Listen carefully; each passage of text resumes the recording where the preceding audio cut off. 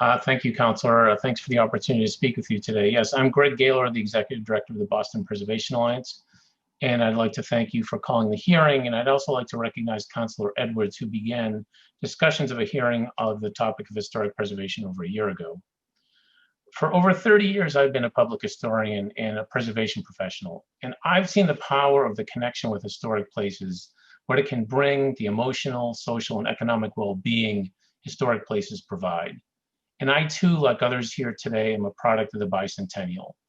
And today we have an opportunity to energize a new generation to tell and preserve a more inclusive story about Boston. For over 40 years, the Boston Preservation Alliance has been an independent voice, pushing the city to think carefully about the irreplaceable historic places that make Boston unique, desirable, and successful. These are the places that define our neighborhoods and our communities. It's the stories of people and events connected to those places that allow Bostonians to not only see themselves in our collective history, but it empowers them to be engaged members of society, and it encourages them to see themselves as stewards of a legacy to which they also contribute. Now, today I'm focusing on the preservation process, and I'll be candid, I'm going to be a little more blunt than some of the others you've heard from this afternoon on the city panel. The Alliance and our network have been increasingly frustrated by a mentality and a regulatory framework that has stopped growing and evolving, that hasn't been truly supported at City Hall for a long time. The world of historic preservation has evolved and matured, but Boston hasn't kept up. The city, in many ways, has prioritized growth and too often sees preservation as an impediment rather than an opportunity. You've heard about some of the challenges through Chairman Lamar's Commission Smilage, and we've really shunted aside the city agency responsible for preservation. Really is an ugly stepchild unable to bring to all Bostonians the many benefits we should be reaping from one of the things that we claim to hold with great pride, our city's history. Boston was once considered among the best in the country for how we treated our historic resources, much of that growing from the great work that happened at the bicentennial. But sadly, that's no longer the case. We've grown stagnant, relying on dated policies that no longer protect what Bostonians deem historic in their own neighborhoods. We miss opportunities, and often by the nature of historic preservation not taken advantage of, we miss opportunities and lose them forever. For example, the Alliance for years has recommended updates to the Article 85 Demolition Delay bylaw, which you've already heard a fair amount about today. But despite what you've heard, we found senior staff at City Hall have stymied our efforts to make changes. Now, I'm sure as councilors, you've received distraught calls from residents who feel unable to protect their history, and probably from the development community who are frustrated by it too. That's because this rule needs to be updated and needs changes today. And I'm glad there's been some public recognition in this hearing that this needs to happen, because we haven't found that the case in reality. Now, we have a large list of changes to Article 85 demolition delay that we've shared with a variety of city officials in recent years, and I'll just mention a few of them. Extending the delay was one thing that was mentioned, but what really needs to happen is a process needs to be developed that happens during that delay. Just extending the delay itself doesn't really solve the problem, although a longer delay does incentivize people to have a conversation and look at opportunities for other solutions beyond demolition. Demolition needs to be considered not just for its historic issue, but also its environmental one, which is also an important issue for the city.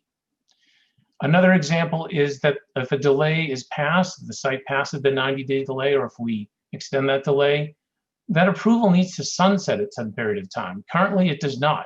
So a delay that has gone on and passed can pass for multiple owners in different projects, even though one was considered when the delay was initially submitted.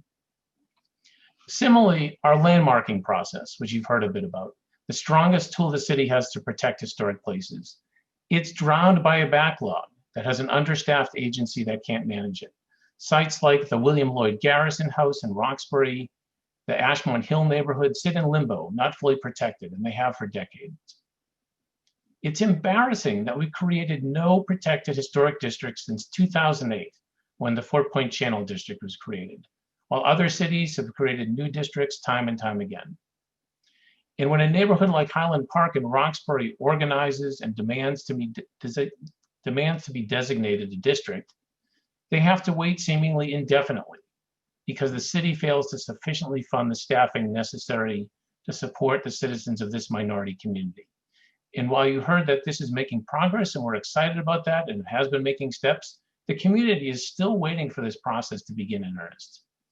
And meanwhile, the city fails to leverage this opportunity to support other neighborhoods who also want a designated historic district. Now, I want to make sure councilors realize, because as Chairman Smilage of the Landmarks Commission mentioned, people think the Landmarks Commission has far more authority than it does. Do you realize that the North End, Charlestown, Chinatown, Dorchester, East Boston, Fenway, Hyde Park, JP, Mattapan, Rosendale, Roxbury, West Roxbury, the list goes on, have no real ability to protect their historic neighborhoods because they have no local Boston landmark districts. Our current system is not supporting the vast majority of the neighborhoods who care about their history. And do you know that the city has no willingness to act against owners who demolish their properties through neglect? A great example is the Ali Albana Brewery in Mission Hill, which has been deteriorating and vacant for years, despite the fact that there have been a number of willing buyers that we've pushed to the owner, buyers that are considering turning this historic resource into affordable housing. And the city has no willingness, no desire to seemingly act and present those sorts of demolitions. As mentioned, the landmarking process has not been significantly updated since its creation in 1975. And places of local significance can't be designated as local landmarks. I mean, how crazy is that? So we strongly support and are thankful for the discussion that happened earlier this afternoon about changing the legislation to allow sites of local and diverse history to be protected as landmarks. History can be a tool attracting tourists and locals to the neighborhoods to realize the history they think they know also happened far beyond downtown. They could see the Shirley-Eustis or the Malcom X or the William Lloyd Garrison houses in Roxbury. Learn that Transcendentalism is rooted in Brooke Farm in West Roxbury. The trade upon which the nation was built depended on an East Boston shipyard. But we typically don't support those opportunities, and I'm hoping this anniversary gives us a chance to do so. We too often give lip service to the fact that we are arguably the nation's most historic city, but we failed to invest in our Landmarks Commission, which has been underfunded, understaffed, and unable to keep the ball in the air, never mind move it forward to meet the changing nature of historic preservation nationally. That's why there's a backlog of over 80 landmark petitions. That's why neighborhoods get ignored when they ask for a new historic district. That's why proactive work to tell a more complete story doesn't happen. That's why our preservation landscape is inequitable.